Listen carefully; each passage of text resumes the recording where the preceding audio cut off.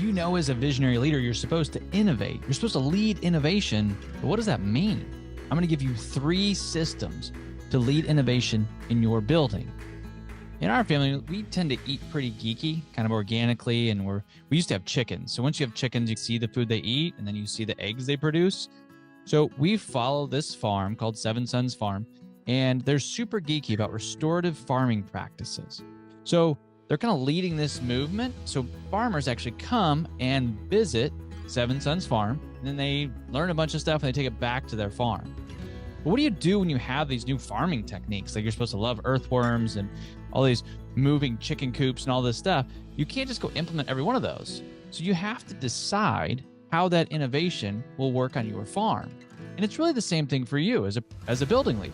You're going to go see innovations. You're going to think of new innovations. You're going to learn all these different things. But how do you take those innovations from somebody else's school that you visited and take them into your school? I'm going to give you 3 systems that can lead innovation in your building.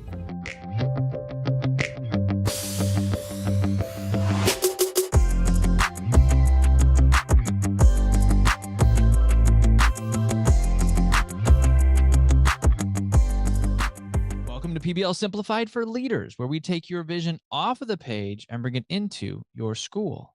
I'm going to give you different analogies or ideas from education, business, and sports so that you can bring them into your school and be the visionary leader that your building needs you to be. And today we're talking about innovating. Yeah, you as a leader need to innovate. You need to be reading, top-notch leaders that are maybe in business or sports or education. Like you need to be innovating. But how do you get your building and your teachers to start moving towards innovation? And I would claim that it goes beyond passion and your personality. I think you need to look at systems. So the first system that we're going to look at to move innovation is your evaluation system, right? Like the evaluation system, like you might not freeze up on it. For you, it takes a lot of your calendar. It takes your time. You've got to move things around to make sure that you can do them well. And hopefully you're having good conversations through them. And it is moving practice forward. It's not just a grade for a teacher, right? But what does it look like? If you're going to move towards project-based learning and your evaluation system doesn't change, it's unlikely that your classroom practices will change. Therefore, it's unlikely that your student learning is going to change.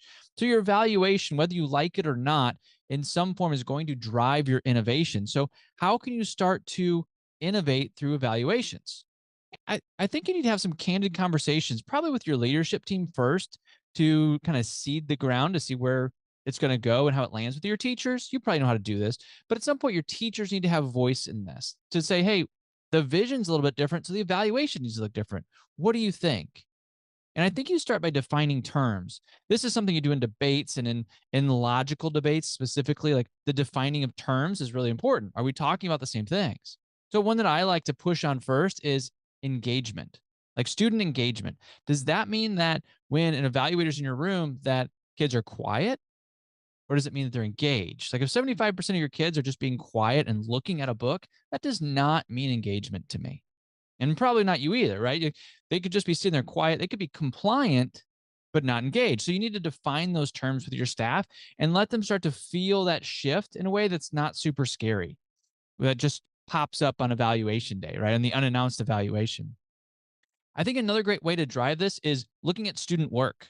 So when you look at student work, are you really bringing out the levels of learning that you want? Are you defining depths of knowledge or surface, deep, and transfer knowledge? Like, are those things coming out in student work?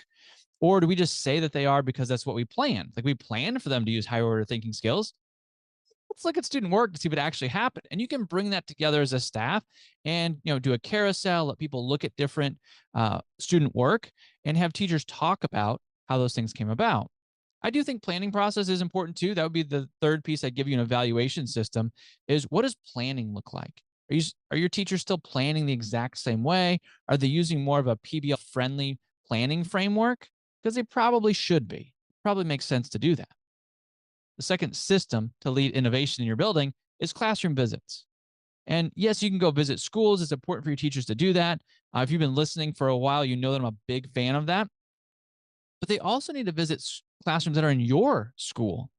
And they need to see what teachers around them are doing. And that's often a bigger driver of behavior and innovation than even going to another school. It's like, oh, if somebody's doing that next door, maybe I should be doing that too. So As you're doing these classroom visits, you're making time. What's the look for? What am I looking for? And even just the creation of a look for can help teachers start to think about, would you see this in my classroom today? Uh, but I also said time, didn't I? And you probably balked at that a little bit. Well, I can't get a sub. There's no time for that. Well, my friends at Better Teaching, you go to betterteaching.com, they have this idea called a tag out. And I love it. I think it makes sense. It takes some planning, but the idea is that you, as a building leader, you go and tag out the teacher for a period of time and they go visit another teacher. So if there's an entry event happening down the hall, and you've got a teacher that you're trying to move towards project-based learning, and maybe they're a little hesitant, they want to see it in action, you can say, well, you know what? When's a good time for me to tag you out? Like Wednesday will be an entry event right down the hall. Can I tag you out?